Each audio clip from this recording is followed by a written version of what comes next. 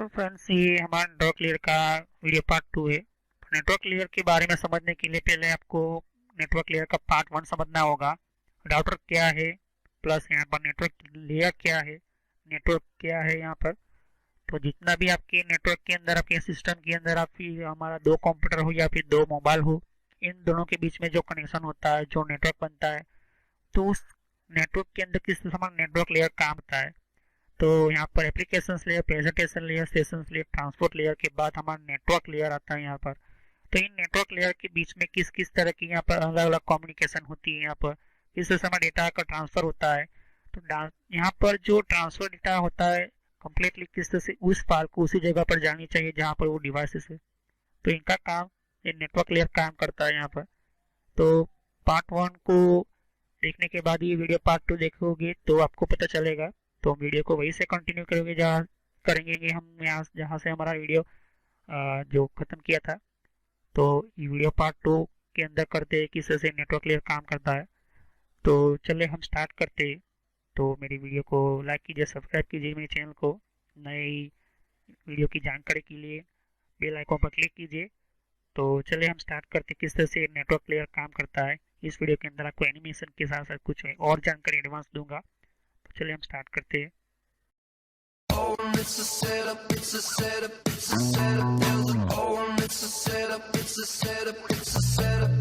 यही होता है, इसको फेसबुक चाहती है कि मुझे ट्विटर के साथ कनेक्ट करना है उसके नेटवर्क के अंदर। तो दोनों की परमिशन है, दोनों चाहते हैं कि हमारा दोनों नेटवर्क कनेक्ट हो।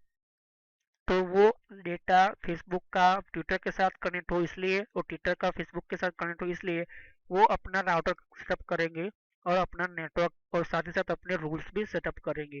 तब जाकर उसका जो सिस्टम है, उनका सर्वर जो है, वो दूसरे सर्वर के साथ कम्युनिकेशन में डेटा भेजेगा। तो जब हमारा ट्रांसपोर्ट लेयर जो एक दूसरे को ट्रांसफर करेंगे वो डेटा, तो टीसीपी हेडर लगता है यहाँ पर, और यहीं से स्टार्ट होता है हमारा नेटवर्क लेयर का काम। तो जब नेटवर्क लेयर स्टार्ट होता है तो यहाँ पर होता है क्या कि 2 अलग अलग डेटा है, लेकिन जो डेटा भेज रहा है उसका उसके ऊपर आईपी एड्रेस एंटर करना जरूरी होता है। लेकिन डेस्टिनेशन भी उसको पता होना चाहिए कि कहाँ पे उसको भेजना है। तो ये काम आईपी हेडर से होता है यहाँ पर, कि ये डेटा यहाँ से आया टीसीपी हेडर और आईपी हेडर के ऊपर। ओके, तो आईपी हेडर चेक कर लेता है कि उसका कौन सा इसको डेटा जो होता है यहाँ पर उसको ट्रांसफर करना होता है यहाँ पर। तो इस आईपी हेडर लगने के कारण हमारा जो डेटा है ट्रैवलिंग करने के लिए सक्सेस हो जाता है यहाँ पर। मतलब एक भले ही फिर वो दूसरे नेटवर्क के अंदर चला जाएगा, तो लेकिन दूसरे नेटवर्क के अंदर जो राउटर होते हैं वो राउटर जानता है कि ये डेटा जो है इस नेटवर्क से आया हुआ है। तो फिर जब उसका रिस्पॉन्स देना होगा उस डेटा को, तो ट्रांसफर करेगा राउटर उसी नेटवर्क के ऊपर। तो वही बात हुई कि जो हम घर का रास्ता जो होता है वो आप कोई भी लंबा रास्ता हो, लेकिन आप जानते हो कि शॉर्टकट रास्ता ये है रास्ता। तो आपको आते हो, तब आते वक्त आपको उसी रास्ते पर आओगे जब आपको शॉर्टकट रास्ता मिलता है। तो वही रास्ता बनाने का काम ये आईपी एड्रेस का जो करता है वो राउटर करता है यहाँ पर। तो connected to it transferring message to other nodes, connected it to it by mainly providing to content of message. तो कोई भी हमारा जो इसके अंदर एक स्पेशल अपनी उसकी खुद की ऑपरेटिंग सिस्टम होती है, उसके अंदर अपना राउटर टेबल्स क्रिएट करने की उसकी अथॉरिटी होती है। तो जो नए नए इसके साथ मान लो कि ये इसके पास आईपी एड्रेस है, तो एक टेबल के अंदर ये अपनी रिकॉर्ड एंटर कर लेगा अपना। फिर दूसरा नया आता है तो अपने टेबल के अंदर एंटर करता जाएगा। तो ये जो रिकॉर्ड होता है उसके पास, ओके। फिर उसके साथ दूसरे कौन कौन से यहाँ पर है, तो हो सकता है 100 हो, 200 हो यहाँ पर इसके अंदर। फिर वो दूसरे नेटवर्क राउटर के साथ कनेक्ट होगा और दूसरे राउटर के साथ अलग अलग कनेक्ट होगा। तो ये काम होता है यहाँ पर राउटर के सिस्टम के अंदर। मैं आपको समझाऊंगा सिस्को की जब मैं वीडियो को लेकर आऊंगा तब। तो हम राउटर से राउटर कनेक्ट करके देखेंगे। ओके, यहाँ पर मैं आपको समझा रहा हूँ कि जो हमारे इंटरनेट के अंदर राउटर बहुत सारे होते हैं, यहाँ पर उसको कह नहीं सकते कि आप कितने हैं, क्योंकि सब लोग अपने अपने जरूरत के अनुसार यूज करते हैं यहाँ पर। तो वायर और वायरलेस नेटवर्क दोनों होते हैं यहाँ पर। तो जितने भी हमारे वायरलेस टेक्नोलॉजी, हमें पता होता है कि जो वायरलेस टेक्नोलॉजी है, वायरलेस सिस्टम है, उसको भी पावर चाहिए होता है। लेकिन उसको भी जो हर जो ट्रांसफर होता है डेटा जो ट्रांसफ़र करने वाले जो सिस्टम्स होती है, ट्रांसफ़र करने वाले जो डेटा को डिवाइसेस होते हैं, उसका भी कोई ना कोई मेथड होता है, उसका भी कोई ना कोई प्रोटोकॉल्स, उसके रूल्स होते हैं यहाँ पर, और उसकी परमिशन भी अलग अलग होती है यहाँ पर। बट काम किस तरह से होगा, उसका प्लान एक डेस्टिनेशन के लिए अच्छा हो तो आपका डेटा लॉस नहीं होगा। ओके, तो ठीक तरह से वो नेटवर्क काम करेगा। इसीलिए यहाँ पर ये बहुत सारे यहाँ पर अलग अलग सिस्टम होती है। तो अगर अगर आपने इस तरह से आपने कोई भी आपने देखा होगा वायरलेस टावर के ऊपर, तो वो टावर नहीं होता, उसके ऊपर बहुत सारे अलग अलग उसके फ्रीक्वेंसी के वाइज यहाँ पर उसके राउटर्स भी होते हैं। प्लस यहाँ पर उनके वायरलेस फ्रीक्वेंसी किस तरह से काम करती है वो भी समझाऊंगा, उसकी किस तरह से हमारा डेटा जो हम फ़ोन कॉल करते हैं किस तरह से पिकअप कर लेते हैं वो भी समझाऊंगा। तो इतना समझो आज कि जब नेटवर्क लेयर किसी डेटा को भेजता है, तो इसको TCP header, PDU, PDU 2, PDU 1 और इनका कोई लेना देना नहीं होता। उनको सिर्फ आईपी हेडर से नेटवर्क लेयर को पता होता है। यहाँ पर आईपी हेडर को ही यहाँ पर वो अपना इम्पोर्टेंट समझता है और टीसीपी हेडर को समझता है यहाँ पर। Okay, transmission control IP header, इसके अंदर पीडीयू को कोई लेना देना, उसके अंदर डेटा क्या लिखा है वो भी आईपी यहाँ पर राउटर को लेना देना नहीं होता है यहाँ पर, क्योंकि टीसीपी और आईपी हेडर दोनों के अंदर थोड़ा सा यहाँ पर सिस्टम है। टीसीपी मैंने आपको अभी बताया कि ये सेगमेंट बना रहता है। यहाँ पर हमारा 20 एमबी का डेटा है, तो अलग अलग पार्ट में डिवाइड कर लेगा। लेकिन जैसे जैसे डिवाइड होता जाएगा ये आईपी हेडर लगाता जाएगा उसके ऊपर। तो टीसीपी हेडर और आईपी हेडर लगाने के कारण कि हमारा उस डेटा के पास हमारा कंप्यूटर चला जाए यहाँ पर। ओके, तो देखा होगा आपने कि जीपीएस सिस्टम होती है यहाँ पर। जीपीएस सिस्टम का मतलब होता है हमारा जो कोई भी लोकेशन होता है किस तरह से वो फाइंड कर लेता है। IP header, TCP header plus हमारा जो मैक एड्रेस होने के कारण, आईपी एड्रेस होने के कारण वो हमारा एक पोजीशन देख लेता है कि आप यहाँ से हो। ओके, इंटरनेट सर्विस प्रोवाइडर कैसे पता कर लेते हैं कि यहाँ पर इस जगह का इस लोकेशन से यहाँ पर है, क्योंकि वो आईपी एड्रेस और टीसीपी हेडर का एक प्रोग्राम ही उनके पास होता है यहाँ पर। तो वो लगातार वो सिस्टम को पिंग करवाते रहेंगे, राउटर के सिस्टम को यूज़ करते रहेंगे। राउटर हमेशा उनका जो डेटा होता है वो भेजता जाएगा, और वही उनका जो एक स्पेशल प्रोग्राम होते हैं वो रन होने के कारण हमारे जो डेस्टिनेशन होता है उसको एंड ऑफ पॉइंट कहा जाता है यहाँ पर। ओके, क्योंकि हम लास्ट में एंड करने वाले, रिसीव करने वाले हमें हमारे मोबाइल्स, हमारे कंप्यूटर्स, हमारे हमारे जितने भी हमारे अलग अलग लैपटॉप या फिर हम कंपनी की छोटी सी हमारा कंप्यूटर क्यों ना हो, क्योंकि हम उसको डेटा को यूज़ करने वाले लोग हैं, क्योंकि हम उसके अंदर एप्लीकेशन से हम यूज़ कर लेते हैं उस डेटा को। जब डेटा ओपन होता रहता है यहाँ पर, तो टीसीपी हेडर, आईपी हेडर निकलते जाते हैं यहाँ पर, लेकिन जो भेजता है उसके ऊपर टीसीपी आईपी हेडर लगता रहता है यहाँ पर। ओके, लेकिन जब हम रिस्पॉन्स करते हैं उसको, तो रिस्पॉन्स करते वक्त भी टीसीपी आईपी एड्रेस और ये पीडीयू 1 ये सब कुछ लगता है यहाँ पर, और सीधा फिर से वो डेटा हम आ जाता है यहाँ पर। लेकिन इंटरनेट के ऊपर डेटा को पैकेट कहा जाता है यहाँ पर। ओके, तो यहाँ पर हमारा जो मैसेज होता है and the address of a destination node, मैंने कहा डेस्टिनेशन नोड, तो मैंने यहाँ से लिखा कि www.google.com, तो मुझे चाहिए गूगल का सर्वर का वेबसाइट ओपन करना है। तो मेरा मोबाइल ऐसा समझेगा कि मुझे गूगल का ये ये पेज, वेब पेज मुझे दो। तो सीधा आपका नज़दीक के टावर के पास जाएगा, फिर वहाँ से अलग अलग होकर यहाँ पर ये गूगल के सर्वर के पास आएगा। अब गूगल चेक करेगा कि ये किसके आईपी एड्रेस के ऊपर से आया, तो वो जो आपने रिस्पॉन्स देना है आपको, तो वो रिस्पॉन्स देगा आपके कंप्यूटर को, तो वो डायरेक्टली अपने नज़दीक के राउटर को देगा। फिर जो नज़दीक का राउटर होगा वो गूगल का सर्वर के आप कितने भी बीच में राउटर हो, वो सभी राउटर यहाँ पर हमारे पास कर होता हुआ डेटा फिर से हमारे मोबाइल के अंदर आ जाएगा। तो वो हुआ हमारा वेब पेज ओपन करने का। अगर आपने लिखा कि youtube.com लिखा, यूट्यूब का वेब पेज ओपन करना चाहती, यूट्यूब ओपन करना चाहती हो कंप्यूटर के अंदर, तो कंप्यूटर भी वैसा ही काम करेगा। ओके, तो इस तरह से होता है यहाँ पर। ओके, तो हम वो डेस्टिनेशन, क्योंकि मुझे उस जगह पर पहुंचना है जहाँ पर मुझे यूट्यूब का ओपन करना है सर्वर, तो यही होता है यहाँ पर नेटवर्क लेयर। तो नेटवर्क लेयर आईपी हेडर लगाता है and letting the network find the way to deliver the data packet and lot of protocol. तो फिर से मैंने कहा कि वो डिलीवर करता है यहाँ पर सिर्फ डिलीवर, रिसीव और डिलीवर करने का काम करता है यहाँ पर।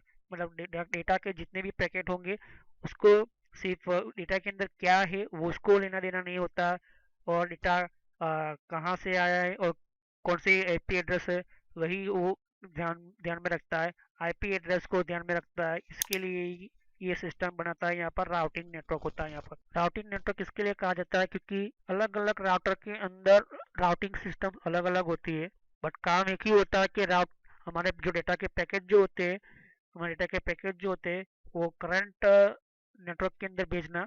ओके, तो एक एग्जांपल समझा रहा हूँ आपको यहाँ पर।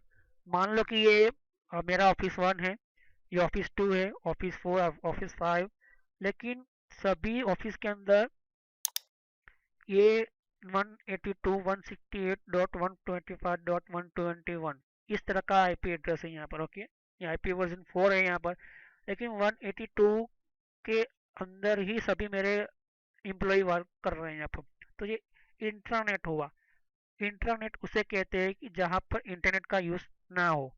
ओके, लेकिन मैं चाहता हूँ कि इसको इंटरनेट के थ्रू में दूसरी और कंपनी, मान लो कि ये दूसरी और मेरी ऑफिस है। ओके, 192.168.125.121। ओके, तो ये क्लास सी दोनों सेम ही आईपी एड्रेस है, लेकिन मान लो कि ये 12.168.125.121 ये आईपी एड्रेस है। दोनों को कनेक्ट करना है इसके अंदर वो इंटरनेट यूज़ करके, और इसको भी कनेक्ट करना है इंटरनेट को। तो क्या होगा, उस वक्त मुझे चाहिए राउटर, क्योंकि राउटर ही मुझे सिस्टम को कनेक्ट करवाएगा यहाँ पर।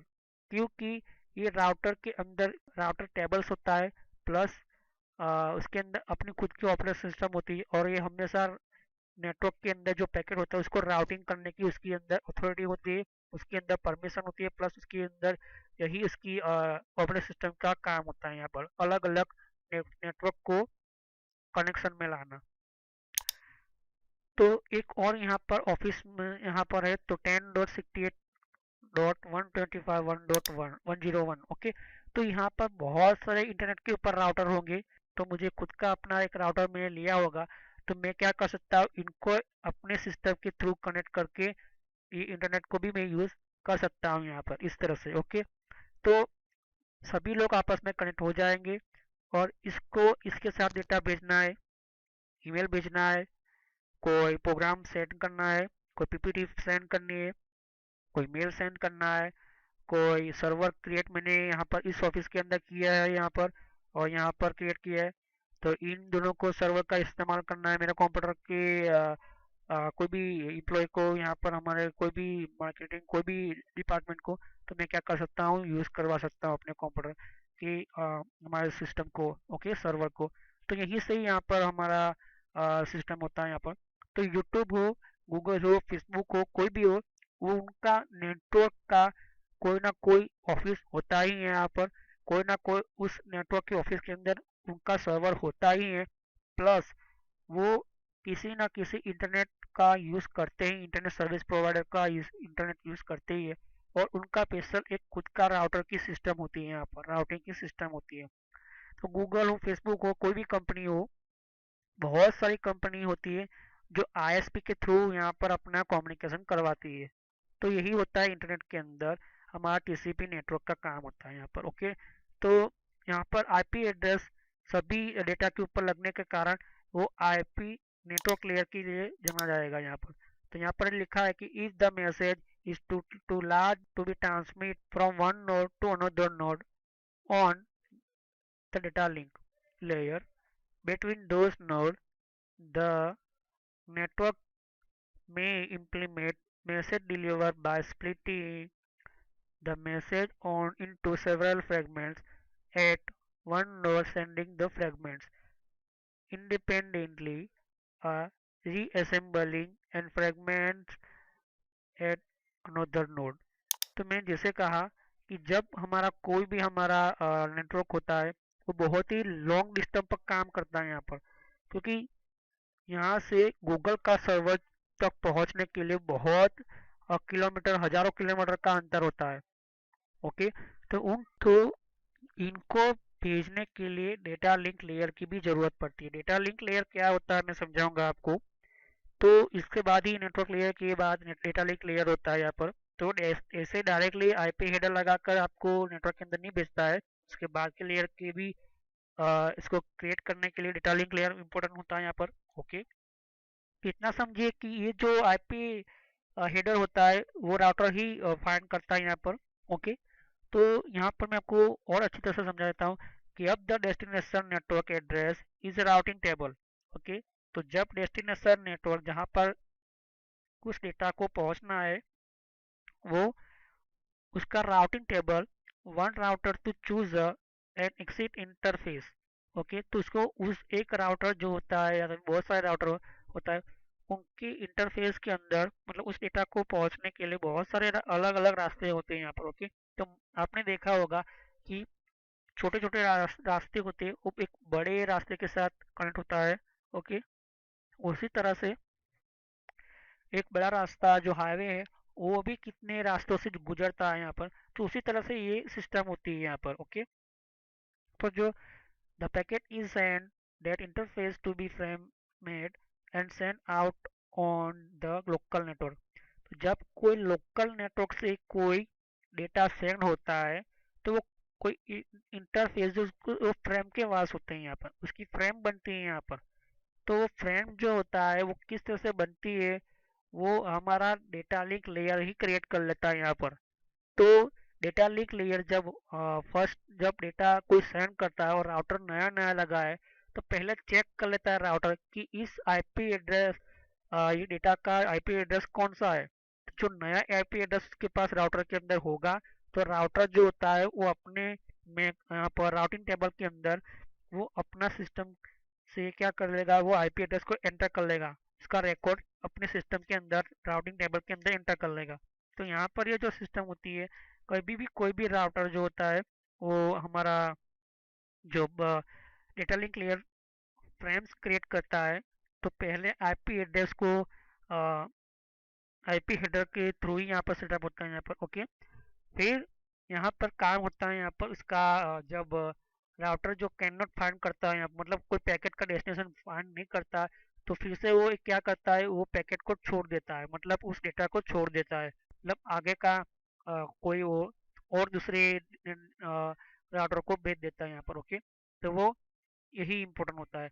तो कंपनी हो चाहे आपका कोई भी मोबाइल हो चाहे आपका कोई भी घर का आपका यूज़ कर रहे हो आपका कंप्यूटर चाहे फिर आप कोई भी आप घर के अंदर बैठकर आपको कोई भी इंटरनेट यूज़ कर रहे हो मोबाइल थ्रू या फिर आपका आपका कोई भी ब्रॉडबैंड कनेक्शन यूज़ कर रहे हो कोई भी ब्रॉडबैंड कनेक्शन यूज़ कर रहे हो तो वो भी ऐसे ही यहाँ पर राउटर से ही काम करता है यहाँ पर। ओके, क्योंकि उस जो जो आप ढूंढ रहे हो वो कोई ना कोई सिस्टम जो है आपको रिस्पॉन्स देती है कोई ना कोई सर्वर आपका रिस्पॉन्स देता है। जैसे कि यूट्यूब का सर्वर है अगर मैं यूट्यूब का सर्वर जितने भी हो अगर आप कोई मान लो कि मैं youtube.com लिखता हूँ लेकिन पहले से ही यहाँ पर यूट्यूब की कंपनी ने कोई ऐसा प्रॉब्लम आई सभी सर्वर उसके बंद हो गए डाउन हो गए तो मैं कभी भी उस यूट्यूब को एक्सेस नहीं कर पाऊंगा क्योंकि मेरा डेटा को कोई रिस्पॉन्स ही नहीं है।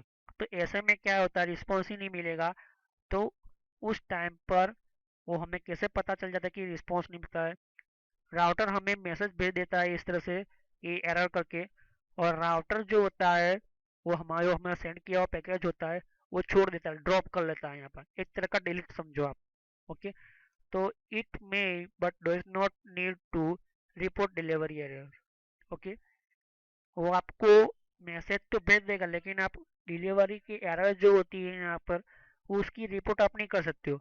कभी कभी आपने देखा होगा कि कंपनी आपको मैसेज भेजती है। ओके, तो आप कंपनी को रिप्लाई नहीं भेज सकते हो क्यों क्योंकि आपका इनकमिंग मैसेज का सिस्टम है आउट गोइंग का नहीं है। यही उसकी मेन चीज़ होती है राउटर की।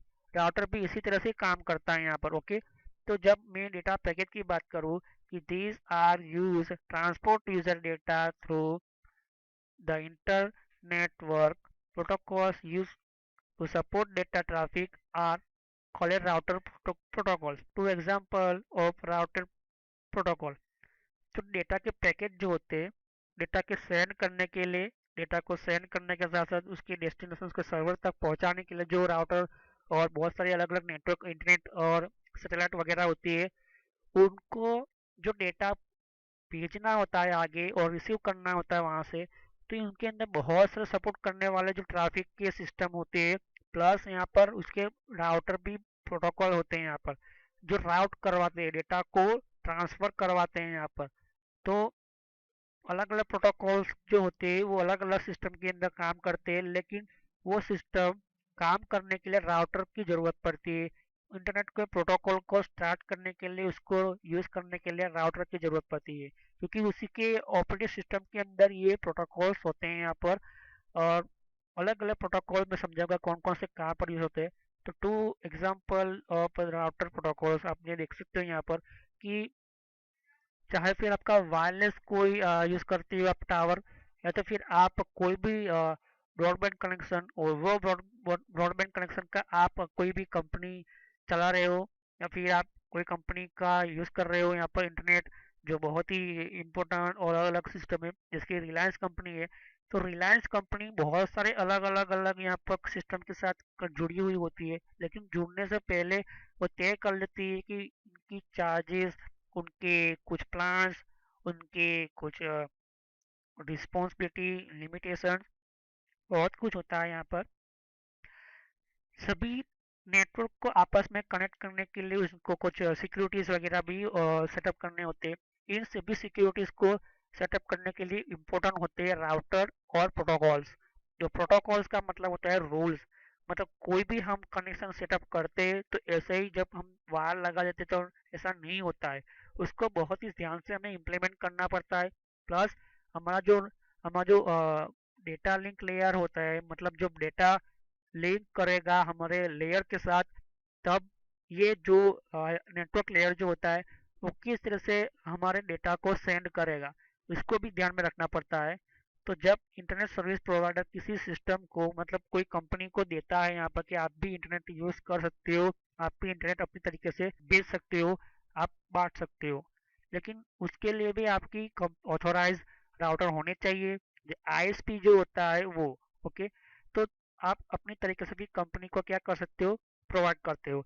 जैसे कि एग्जांपल मैं दूं कि बहुत सारी आपने कंपनी देखी होगी, रिलायंस है, फिर आप बीएसएनएल है, फिर वोडाफोन है, आइडिया है, बहुत सारी अलग अलग कंपनी होती है। वो कैसे डायरेक्ट सीधा इंटरनेट प्रोवाइड कर लेती है, इन्हीं आईएसपी से। इंटरनेट सर्विस प्रोवाइडर एक ऑर्गेनाइजेशन है यहाँ पर, जो इंटरनेट को प्रोवाइड करता है सर्वर। उनके सभी के आप देखोगे कि हमारा जो जियो है वो पहले इतना पावरफुल नहीं था, रिलायंस इतना पावरफुल नहीं था, लेकिन जैसे जैसे यहाँ पर जब सिस्टम बनती गई यहाँ पर, उसको क्रिएट करने के लिए भी उनका खुद का नेटवर्क क्रिएट करना पड़ा, तब जाकर हमें ये प्लान हमें मिले हैं यहाँ पर इंटरनेट के। प्लस वोडाफोन हो या फिर आइडिया हो या एयरटेल हो, कोई भी हो, खुद को अपने इम्प्लीमेंट करने के लिए उनको ऑथराइज करना पड़ता है सिस्टम को। कंपनी होती है, मैं समझाऊंगा आपको। तो नेक्स्ट वीडियो के अंदर मैं आपको इसी की कंप्लीटली इस टॉपिक को कंटिन्यू करेंगे, क्योंकि इसके नेटवर्क का लेयर जो पार्ट 2 है वो बहुत ही लंबा हो चुका है।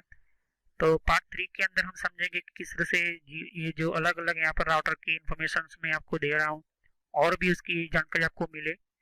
तो यहाँ पर नेटवर्क लेयर के ऊपर ये बहुत ही इम्पोर्टेंट होता है यहाँ पर, क्योंकि ये नेटवर्क लेयर होता है यहाँ पर हमारे दूसरे के साथ कम्युनिकेशन करके डेटा को ट्रांसफर करने के लिए।